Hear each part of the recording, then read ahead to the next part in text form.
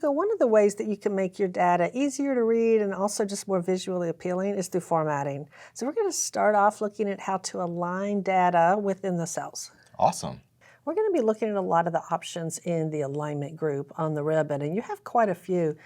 Now, anytime we format, we have to select the cells first. So let's start with the headings on row 5. So we'll click in B5 and we'll do our Control-Shift-Right arrow.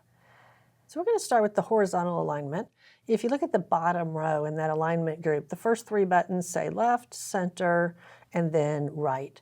So why don't we start off by centering those headings? And they are centered in their cells. Why don't you try the right alignment? Just click on that one.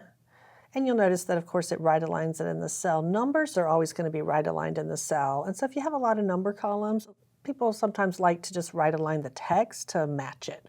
In this case, I think I'd like it centered. What do you think? I think so. We also have vertical alignment options, so that's going to be top to bottom. So right above the buttons you were just looking at, you'll see top and then middle and then bottom. So you notice bottom is the default. Cell contents are always on the bottom of a cell.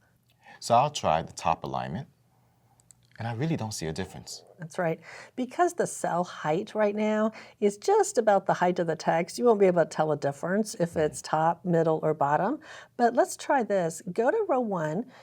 You'll remember that you can put your mouse pointer between 1 and 2 and just drag it down a little bit to make that row a little taller. Sometimes we do that for our title rows. Now it's really obvious that that cell is at the bottom. Click in B1. Why don't you try the top now? There we go. That's a big difference. Why don't we try putting it in the middle? You know, that's the best option of all. I like the way that looks.